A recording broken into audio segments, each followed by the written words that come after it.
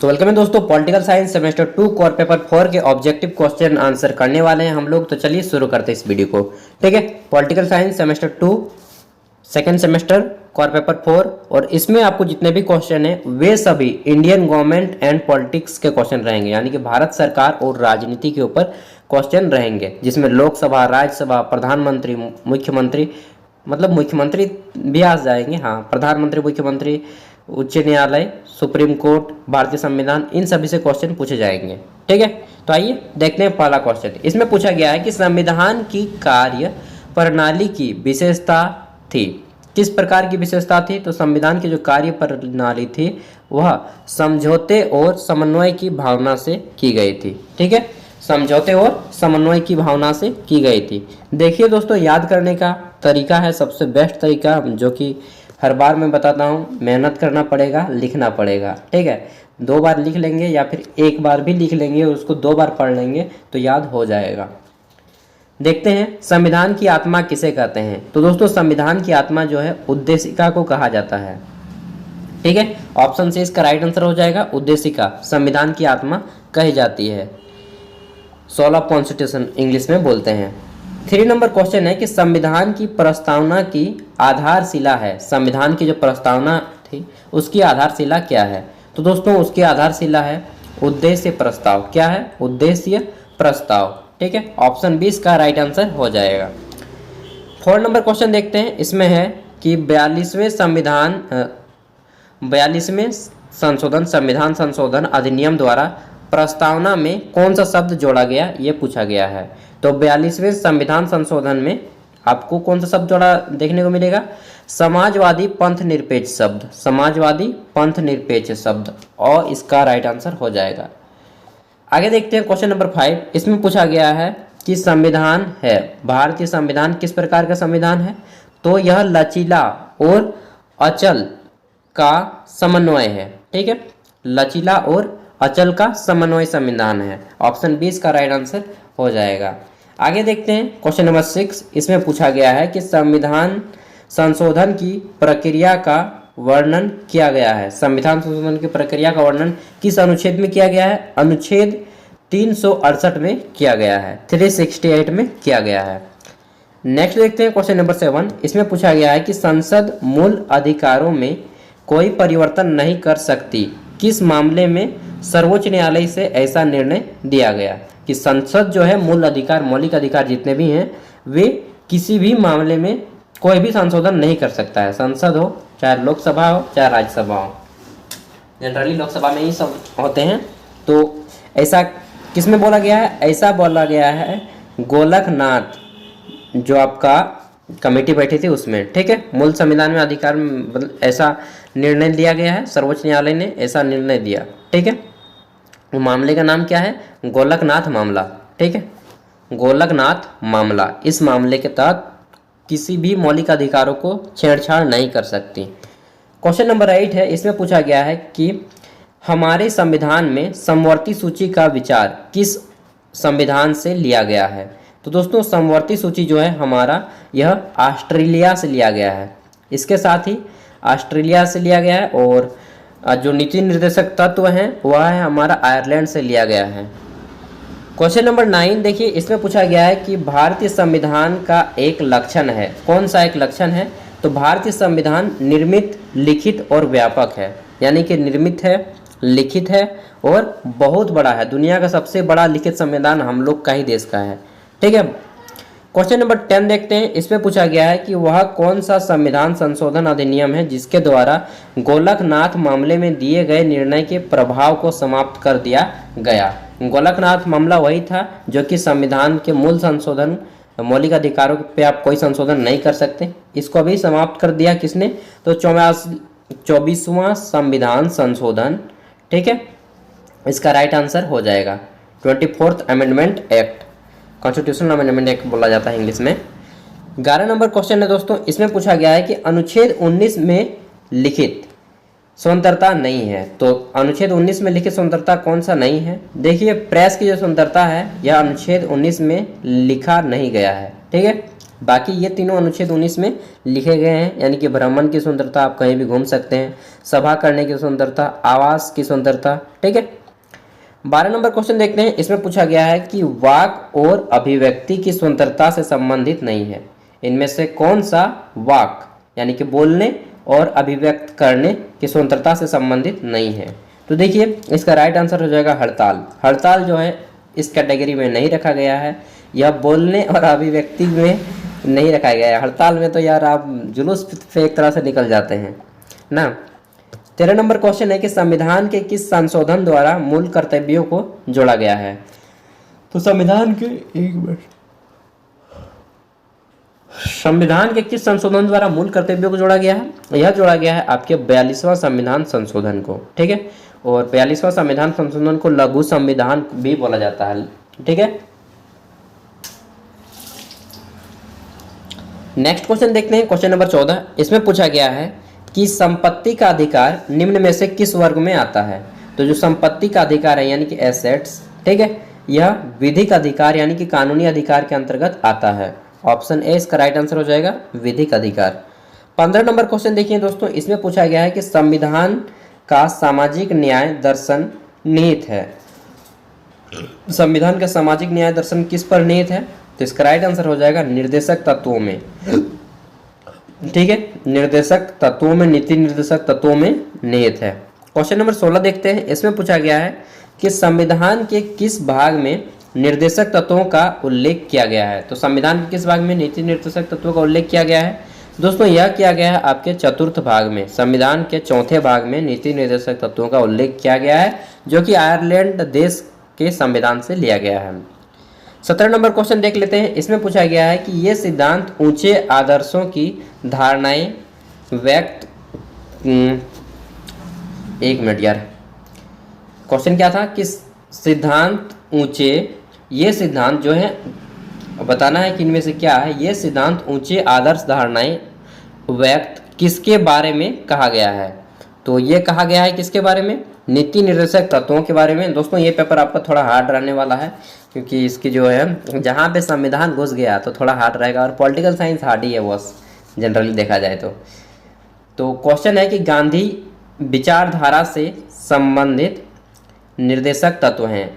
गांधी विचारधारा से संबंधित निर्देशक तत्व कौन सा है? तो इसका राइट आंसर हो जाएगा आपका संपत्ति और उत्पादन साधनों का केंद्रीकरण न होना। ठीक है, क्वेश्चन नंबर 19 देखते हैं। 19 नंबर क्वेश्चन, इसमें पूछा गया है कि मूल अधिकार और राज्य के नीति निर्देशक तत्व परस्पर में पूरक हैं, एक लिए दूसरे का त्याग आवश्यक नहीं है, न्यायपालिका ने ये कहा था। ठीक है, तो किस में कहा था? ये कहा था आपका मिनवा मिल्स के केस में, मिनवा मिल्स केस में। देखिए दोस्त यार अजीब अजीब टाइप के क्वेश्चन पूछे जा रहे हैं ना, आपको भी लग रहा है कि क्या मैं पढ़ रहा हूँ। क्वेश्चन है 20 नंबर, भारतीय संविधान के अंतर्गत धन विधेयक, धन का जो विकेंद्रीकरण है एक तरह से अतिक्रमण करता है। तो किसका अतिक्रमण करता है? नीति निर्देशक तत्वों का। ठीक है, नीति निर्देशक तत्वों का। 21 नंबर क्वेश्चन, इसमें पूछा गया है कि भारतीय संघ राज्य नहीं है अपितु अर्ध संघ है, इस विचार का समर्थक है। इस विचार के समर्थक क्या है? तो इस विचार के समर्थक हैं मॉरिस जोन्स, जो कि एक बहुत ही फेमस राजनीतिज्ञ है, पॉलिटिशियन है। 22 नंबर क्वेश्चन है कि 42वें संविधान संशोधन द्वारा समवर्ती सूची में जोड़ा गया। ठीक है, क्या जोड़ा गया? तो जनसंख्या नियंत्रण को जोड़ा गया। हम दो हमारे दो, उससे ज़्यादा नहीं गिरना यार।